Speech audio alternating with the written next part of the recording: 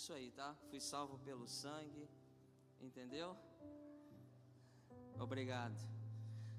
Você pode ficar sentado mesmo.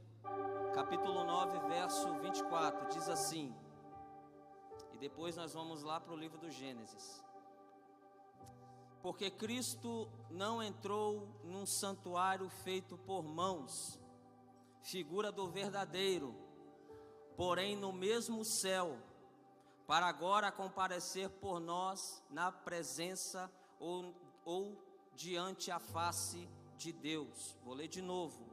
Porque Cristo não entrou no santuário feito por mãos, figura do verdadeiro, porém no mesmo céu, para agora comparecer por nós perante a face de Deus. Ainda com sua Bíblia aberta, eu estou usando uma Bíblia com uma versão diferente. Essa Bíblia era da minha mãe. Eu estou me acostumando com ela. Capítulo 2, verso 17 do livro do Gênesis. Bereshit, né? No início, livro do Gênesis. Capítulo 2, verso 17. Vocês acharam? Amém? Mas da árvore do conhecimento do bem e do mal, dela não comerás, porque no dia em que dela comeres, certamente morrerás. Mas da árvore do conhecimento do bem e do mal, em outra versão diz, a árvore da ciência do bem e do mal, dela você não pode comer, porque o dia que você comer, certamente morrerás. Queridos e amados irmãos, esses dois textos que acabamos de ler são muito interessantes e estão conectados. Eu gostaria, à guisa de introdução, trabalhar com vocês aqui no livro do Gênesis, no capítulo de número 2. A Bíblia diz, lá no versículo 26 do capítulo de número 1 do livro do Gênesis, que Deus fez o homem conforme a imagem dele e conforme a semelhança dele. Façamos, pois, o homem conforme a nossa imagem, conforme a nossa semelhança, e que ele domine sobre as aves do céu, sobre os animais da terra e sobre os peixes que existem no mar. A palavra domínio ali no hebraico é a palavra radar. Essa palavra radar, ela significa dominar, controlar, gerenciar. Deus deu controle para o homem sobre as aves do céu, sobre os animais da terra, sobre os peixes do mar, sobre as árvores, sobre tudo aquilo que Deus criou. Deus deu controle, Deus deu domínio ao homem. E o homem, o primeiro Adão, o primeiro homem, ele era um ser muito diferente de nós. Adão era um ser de luz, a imagem e semelhança de Deus. Ele era um ser de luz, ele era um ser muito diferente de nós hoje. Ele era extremamente e perfeitamente.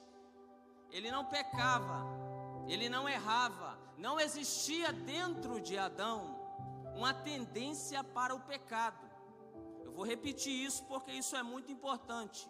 Quando Deus cria o homem, quando Deus cria Adão, Deus cria Adão perfeito. Não existia nenhuma possibilidade dentro de Adão. Gravem isso. Não existia nenhuma possibilidade dentro de Adão para pecar, porque Adão era perfeito. Ele era a imagem e semelhança de Deus. Quem está me ouvindo, diga amém. Ele era a imagem e semelhança de Deus.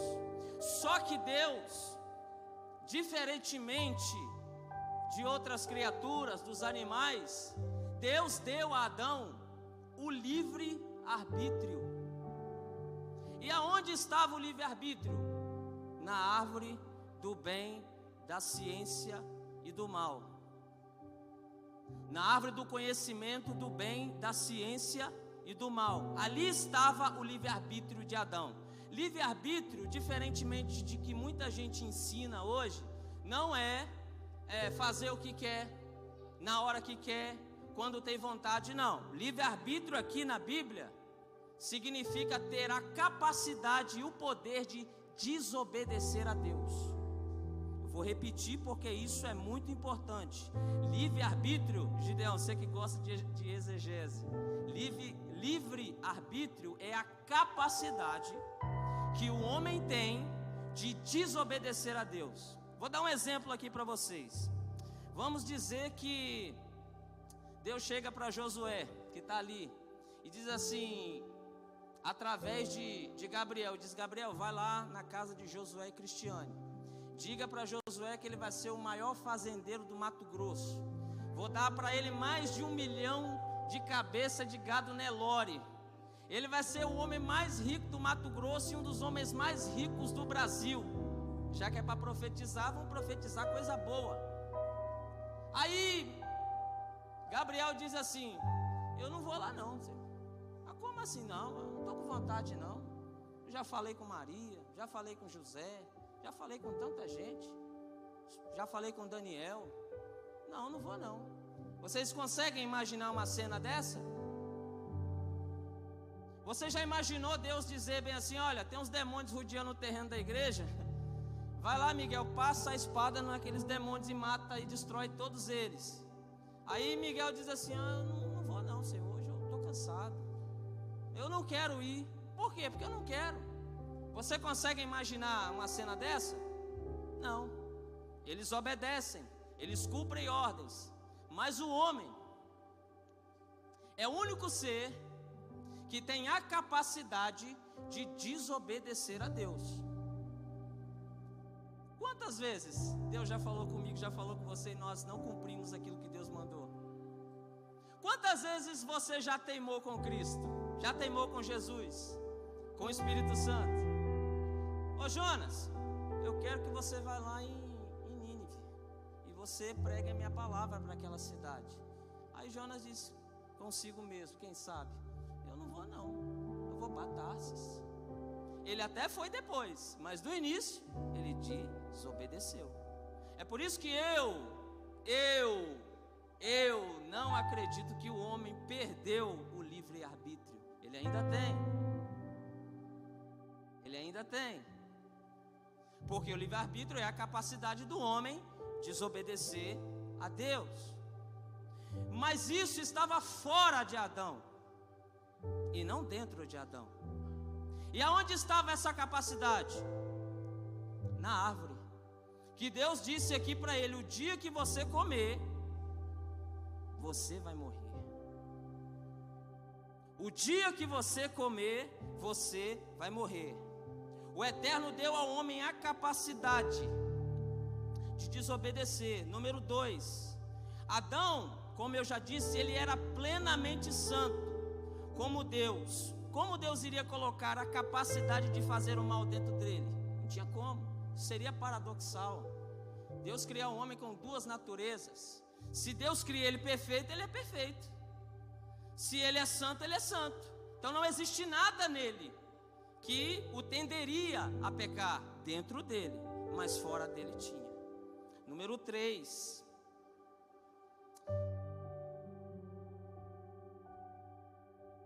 Aqui, a árvore faria Adão exercer o seu livre-arbítrio. Acabei de falar. Número 4. Quando o homem cai e falha, essa capacidade de fazer o mal agora está dentro dele. O que acontece? Quando Adão pega o fruto proibido e ele come, e vocês vão ficar com raiva de mim, principalmente os homens, mas a culpa é de Adão. Porque quando Deus cria Eva, Deus criou Eva depois que ele deu a ordem para Adão. Está lá no verso 22.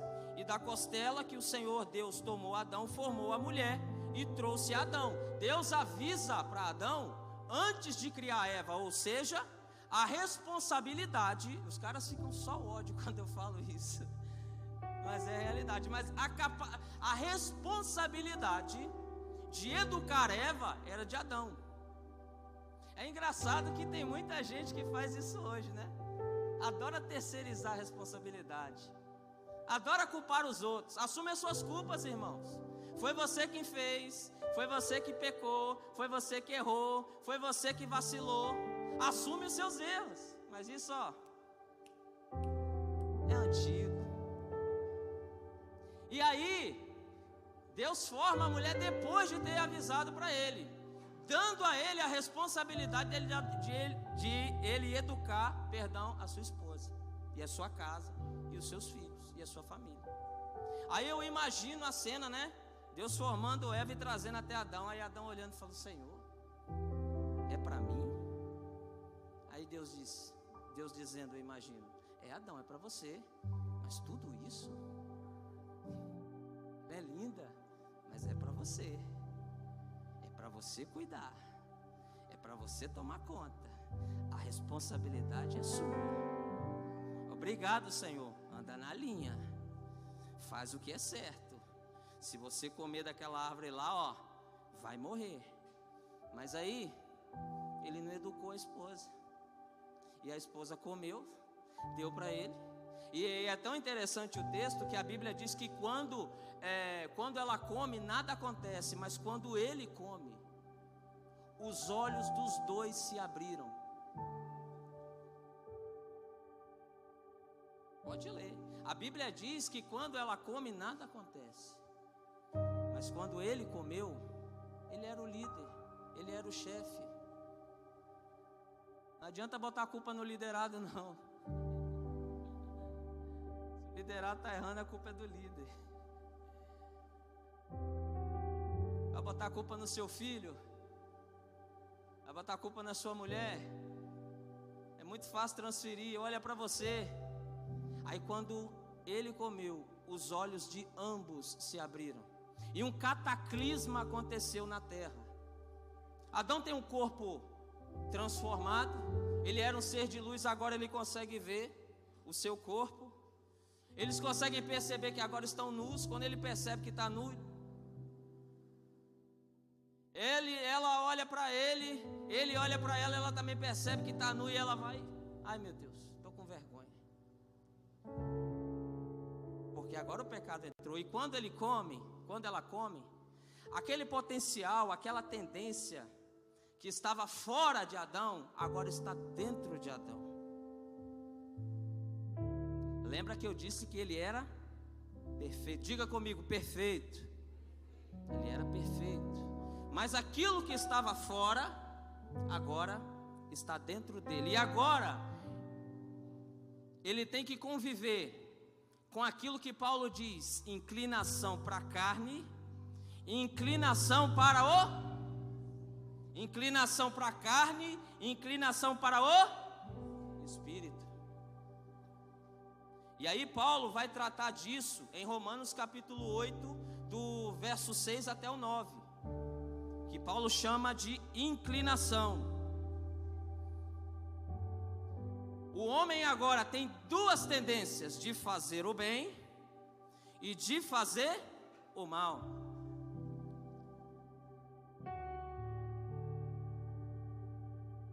Mas existia um plano. Vocês não me entenderam. Existia um plano. Capítulo 3, verso 15: e porém inimizade entre ti e a mulher, e entre a sua semente e a sua semente, e esta lhe ferirá a cabeça, e tu lhe ferirás o calcanhar. Existia um plano, existia uma promessa. E aí no capítulo 1 do Evangelho de João, no verso 14, o autor vai dizer que o verbo habitou entre nós. A palavra habitar ali no grego é iskenos. Eu estava vendo hoje lá em casa, essa palavra iskenos no grego significa: Deus resolveu montar uma tenda no meio do seu povo, e ele habitou. Iskenos, ele resolveu, ou ele montou, armou a sua tenda no meio do seu povo. E como Deus arma a sua tenda no meio do seu povo? Vindo através de Jesus. O verbo agora se faz carne. No princípio era o verbo, lá no versículo 1, lá em cima do capítulo 1 do Evangelho de João.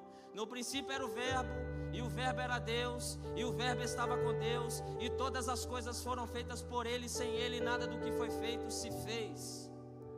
O Verbo agora se fez carne, o plano agora se materializou. E Ele vem para resgatar ao homem, Ele vem para salvar a vida do homem.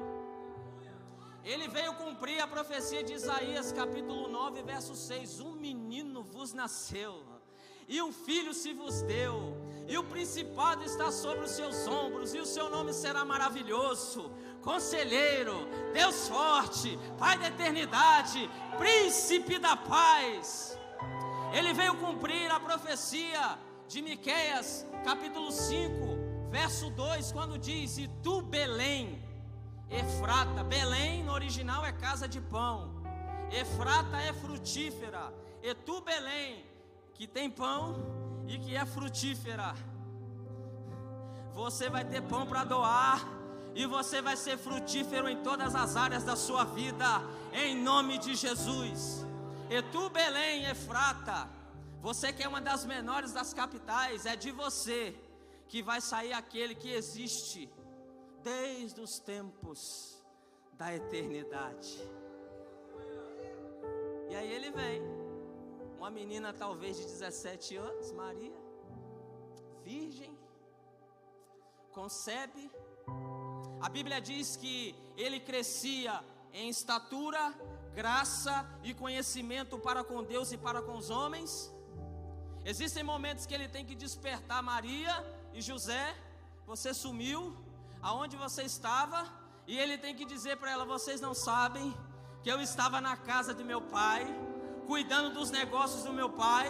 Eu vim por um propósito, eu tenho um destino, eu estou aqui na terra porque eu vou salvar a humanidade, eu vou derramar o meu sangue. Vocês precisam entender isso.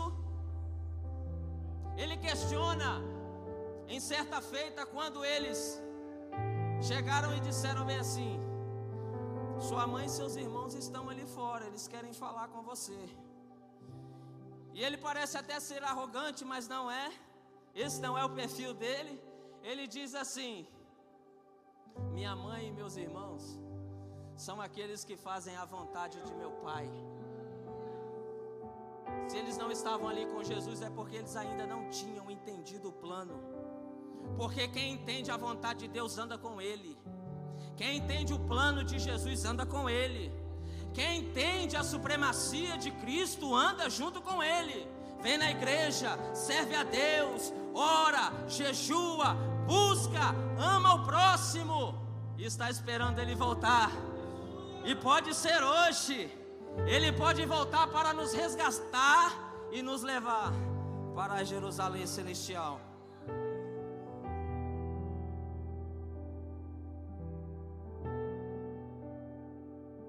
Pois bem, lá na frente ele vai para a cruz, ele é condenado, ele chega diante de Pilatos, e aí ele diz para Pilatos: olha, todos aqueles que escutam a verdade, eles ouvem a minha voz. Alguns comentaristas dizem que quando Pilatos pergunta para ele assim: e que verdade é essa? Muitos dizem que é uma pergunta filosófica, porque os gregos tinham aquele embate, aquela questão, aquela discussão do que era a verdade. E aí Jesus diz: quem escuta a minha voz está escutando a verdade, porque ele disse: eu sou o caminho, eu sou a verdade e eu sou a vida. Eu sou o caminho, eu sou a verdade e eu sou a vida. E ele diz: olha, não adianta procurar centro espírita, não adianta procurar candomblé, não adianta procurar Buda, Gandhi, Confúcio, não adianta procurar ninguém, porque ninguém vai ao Pai se não for por mim. Ninguém. Você quer chegar no Pai? Tem que passar por mim. Porque ele diz: eu sou o mediador entre Deus e o homem. Deus está aqui, aqui está o pecado e aqui está o homem. O que Jesus fez? A Bíblia diz que os nossos pecados separam o homem de Deus. E o que Jesus faz? Jesus diz: eu sou mediador entre Deus e o homem. Então ele tira o pecado e ele entra no lugar do pecado, que antes separava, mas ele une. Antes separava, mas agora anda junto. Antes separava, mas agora tem koinonia, tem comunhão. Você estava desgarrado, mas hoje você está na presença de Deus. Você foi salvo por Ele, liberto por Ele, transformado por Ele. Alguém pode levantar a sua mão e adorar e agradecê-lo nessa noite? Aleluia. Ele vai para a cruz. João capítulo 19, já preguei isso aqui. Deus está preparando alguém para cuidar de você. Ele olha para Maria. Maria passou muitos apertos com ele. Teve que fugir para outro país, caluniada, difamada. O seu próprio noivo desconfiou dela e quis deixar ela, lembra? Tanto que Deus teve que intervir. Ô José, eu estou nesse negócio, mas a barra não era fácil não, irmão. Naquela época, se hoje é difícil aceitar, imagine há 2000 anos atrás. Não era fácil não, mas Deus entrou e convenceu José que era um propósito dele. E ele olha para Maria, ele vê Maria sozinha. João está ali, as 3 Marias também estavam ali. E ele olha, ele diz: pensa consigo mesmo, penso eu, Maria vai ficar sozinha. José naquelas alturas já não estava mais ali, já tinha partido. Ele olha e diz para ela: mulher, eis aí o teu filho. Ei João, ei filho, eis aí a tua mãe. E a Bíblia diz que a partir daquele momento, João pega ela e leva ela para a sua casa. O que eu acho interessante, intrigante, é que a Bíblia diz que Jesus tinha irmãos e irmãs. Por que ele confiou os cuidados de sua mãe ao seu grande amigo? Quem é que cuida dos pais?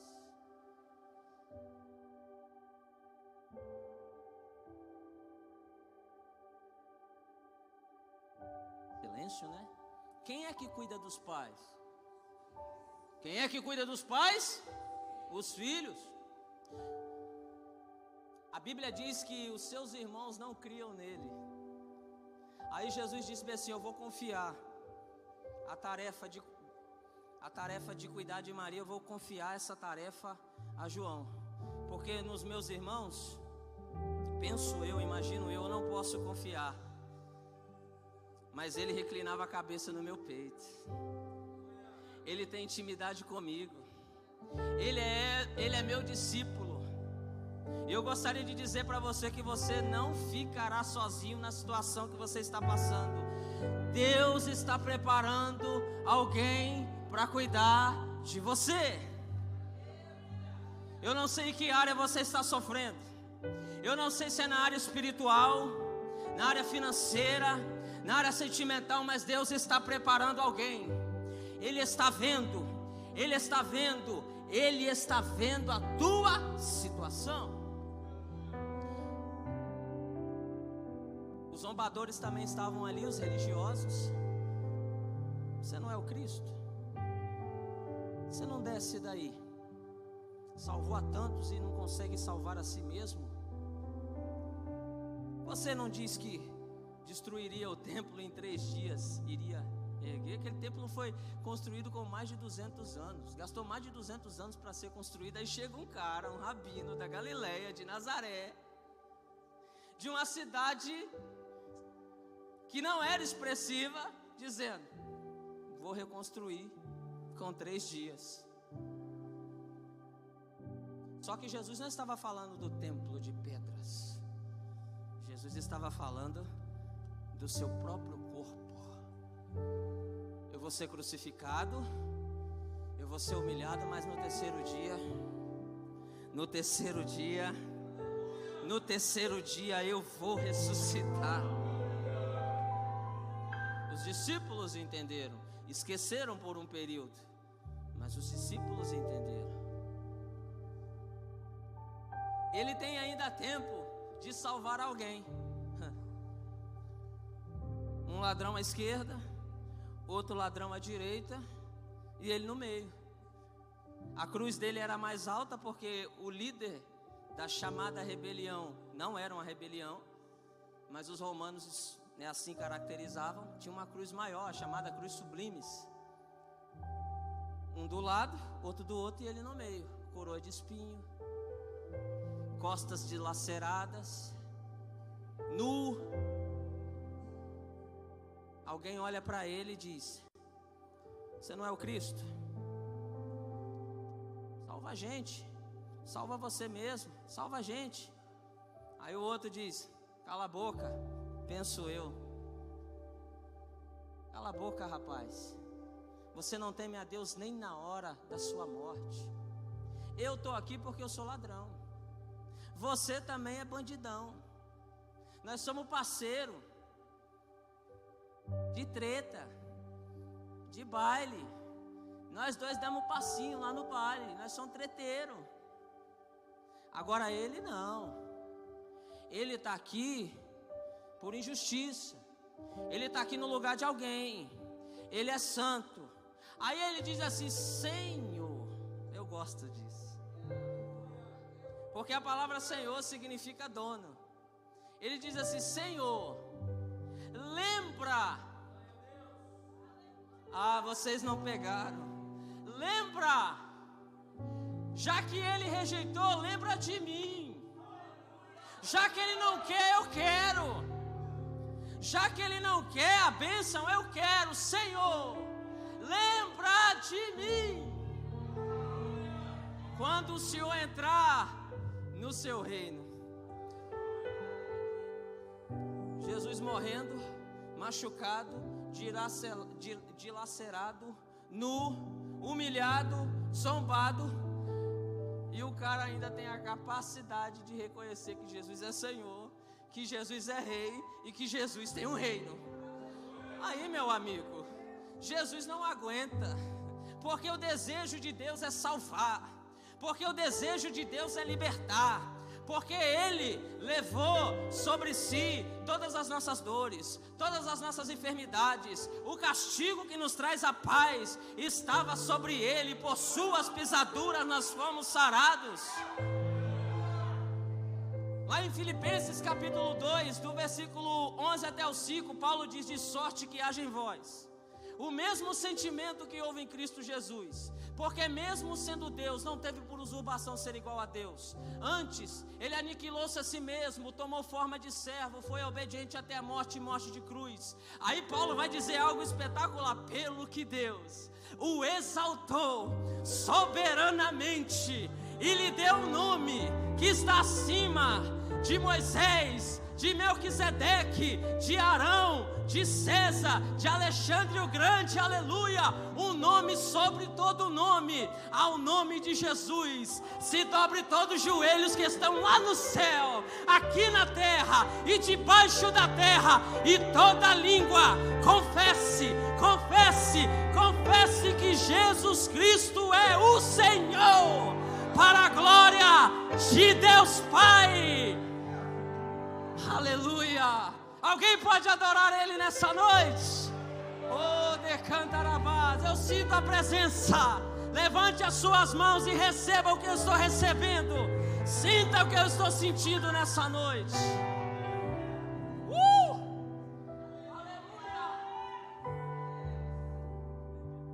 Aleluia. Eu sinto a graça dele aqui. O Espírito Santo está aqui. Ele venceu. Ele venceu.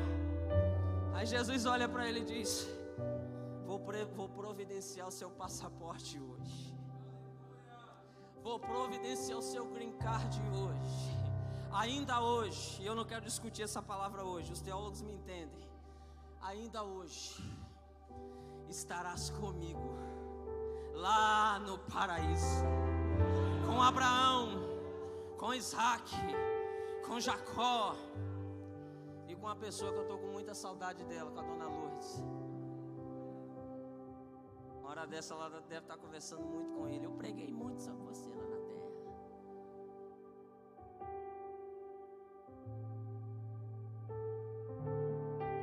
Não é verdade? E aí Jesus salva aquele homem.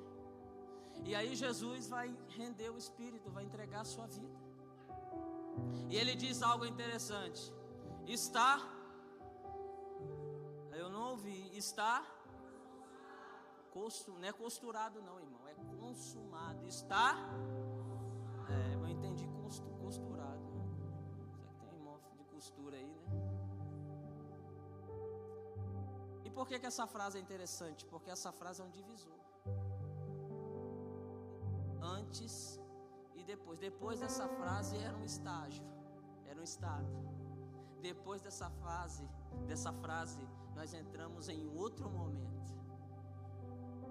Quando Jesus diz está consumado, Ele está dizendo tudo aquilo que eu tinha para fazer, eu fiz.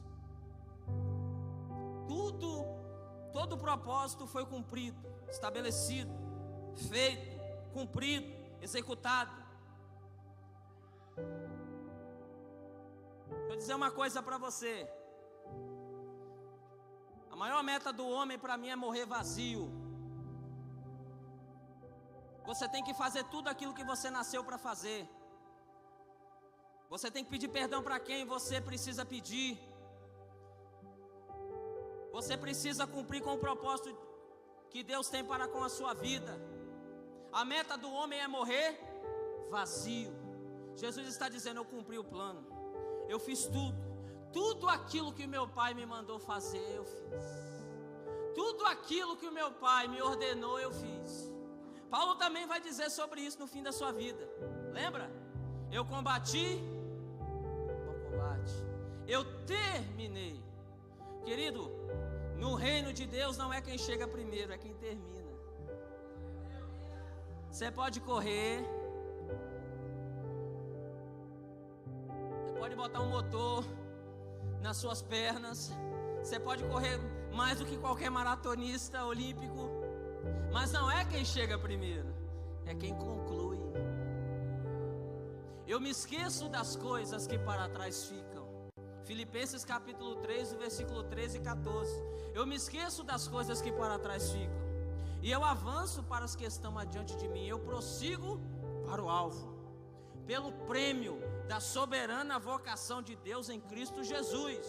Não é, querido, no reino de Deus não é uma corrida olímpica. No reino de Deus é quem conclui a carreira, quem conclui a corrida. Quando ele diz está consumado, ele diz, eu concluí, eu fiz tudo aquilo que o Senhor mandou fazer. E aí nós entramos lá em Hebreus capítulo 9, verso 24.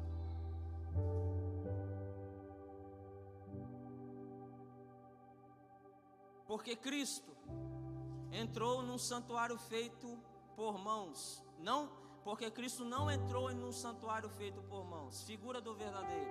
Porém no mesmo céu, para agora comparecer por nós na face de Deus. Quando Jesus, ele morre, e aí eu vou pular muita coisa aqui. Ele chega na presença de Deus. E ele diz, Pai, eu fiz tudo aquilo que o Senhor me mandou fazer. E eu paguei o preço. Eu derramei o meu sangue. E aí, nós precisamos entender rapidamente como funcionava lá na antiga aliança. Na antiga aliança, quando o pecador se arrependia e ele oferecia sacrifício, o que ele fazia? Ele pegava o animal. E o que eu acho interessante é que lá no Levítico a Bíblia diz que você tinha que dar um banho no animal, pentear o animal, alimentar o animal por 1 ano, para depois oferecer a Deus. É muito diferente de hoje, que a gente dá qualquer coisa, faz qualquer coisa e acha que está abafando. Tinha que banhar o animal, pentear o animal, alimentar o animal por 1 ano, e aí sim, levar o animal perfeito, sem mancha, sem defeito. Não era para levar animal cego, surdo, manco. Não era qualquer coisa, era o melhor, porque era para Deus. Aquilo tipificava, é isso que o autor aos Hebreus vai tratar, né? A carta basicamente trata da superioridade de Cristo, superior a Arão, a Moisés, a Josué, superior aos sacerdotes. Ele é da ordem de Melquisedeque, ele é superior a todos os ritos e rituais, leis, cerimônias que existiam naquela aliança. O autor, a carta aos Hebreus é simplesmente fabulosa. Então ele vai tratar todos esses assuntos. E aí, o que acontecia? Ele pegava o animal, chegava diante do sacerdote, e ele colocava a mão sobre o animal ou na cabeça do animal. E ele fazia algo que parece até ser constrangedor diante do sacerdote. Ele confessava os seus pecados diante do sacerdote. Ele dizia: eu matei, eu roubei, eu traí minha esposa, eu enganei, eu xinguei a mulher lá em casa ontem, ela me perturbou, eu briguei com minha mãe, eu briguei com meu pai, eu não paguei uma dívida, eu não fui correto,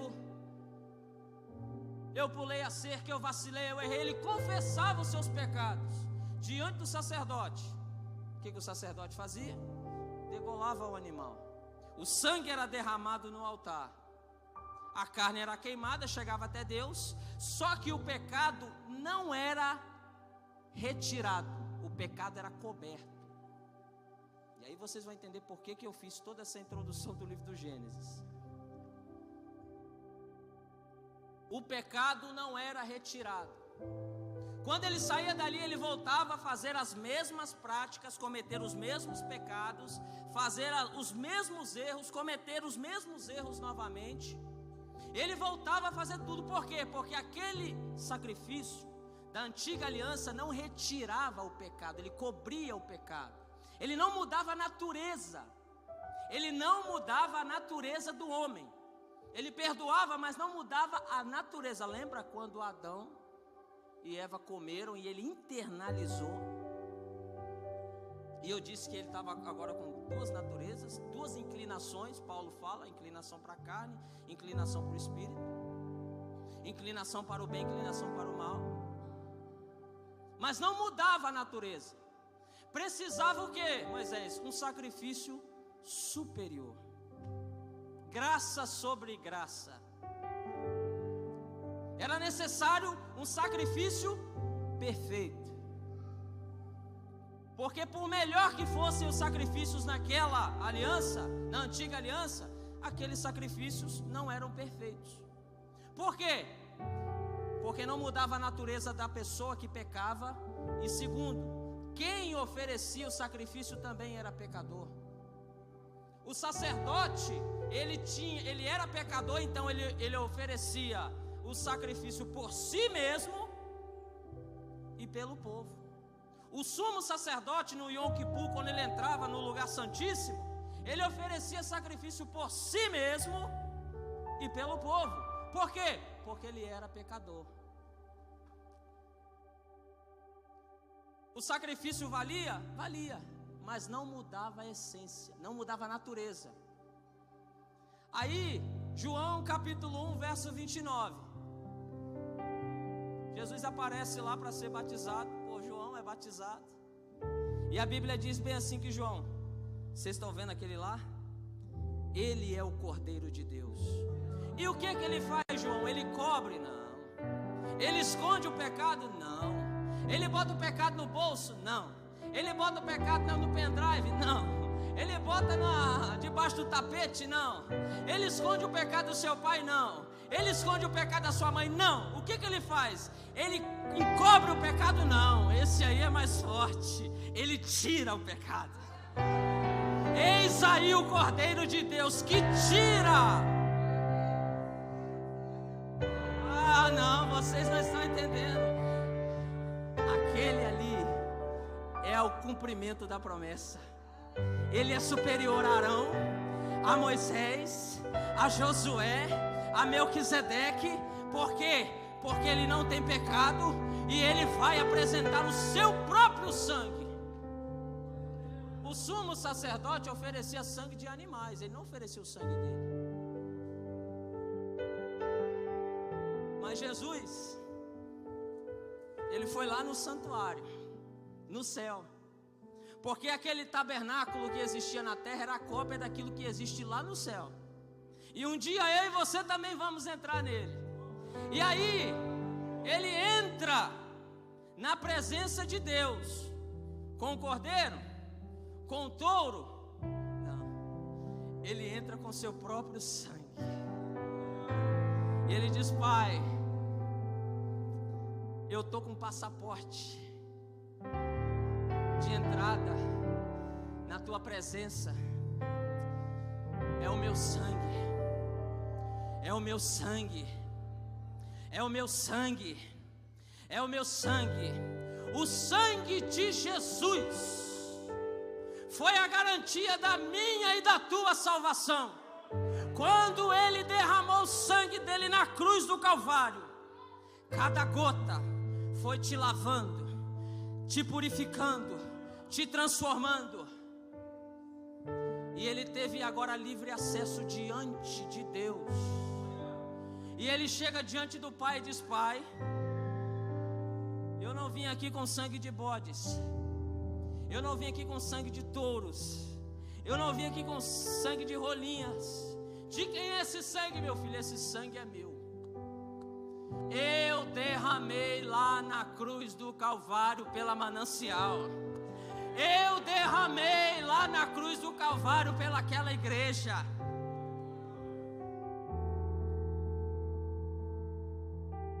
Aleluia. Aleluia. Se entendêssemos isso, querido, como isso é lindo. Ele derramou seu próprio sangue. Ele derramou seu próprio sangue. Eu vou dizer uma coisa para você. Se você quer ser coberto por esse sangue, você precisa entregar a sua vida para Jesus, você que ainda não entregou. Você precisa fazer um compromisso com Deus hoje. Moisés, eu sou filho. Não é. Moisés, eu não quero aceitar Jesus, mas eu sou filho. Me mostra aqui na Bíblia aqui, porque eu até hoje não achei não. O que você é criatura. Abraão, sai da tua terra, da tua parentela, da casa do teu pai, que eu vou prosperar você, eu vou abençoar você, eu vou amaldiçoar aqueles que amaldiçoarem você, eu vou abençoar aqueles que abençoarem você, e através de você serão benditas todas as famílias. Pastor Giovanni, o senhor está certo, são todas as famílias, não são todas as pessoas. Você quer entrar debaixo da bênção de Abraão? Você tem que fazer parte da família. Eu não sei você, mas eu sou filho. Eu não sei você, mas eu faço parte da família. Você quer? Você quer receber a bênção, captar a bênção de Abraão? Tem que fazer parte da família. Ele veio para os seus, mas os seus não receberam. Mas a todos, o quanto o receberam, deu-lhes o poder de serem feitos filhos de Deus. A partir do momento que você aceita Jesus como seu único e suficiente Salvador da sua vida, você é lavado, você é lavado, você é lavado, você é lavada pelo sangue, e você agora é membro da família. Você agora é membro da família. Aleluia. Fica de pé comigo. Fica de pé comigo. Eu encerro agora. Me ajuda aqui, ministério louvor. Eu fui salvo pelo sangue. Eu fui curado pelo sangue. Eu fui transformado pelo sangue. A minha prosperidade vem do sangue. A minha bênção vem do sangue. A minha saúde vem do sangue.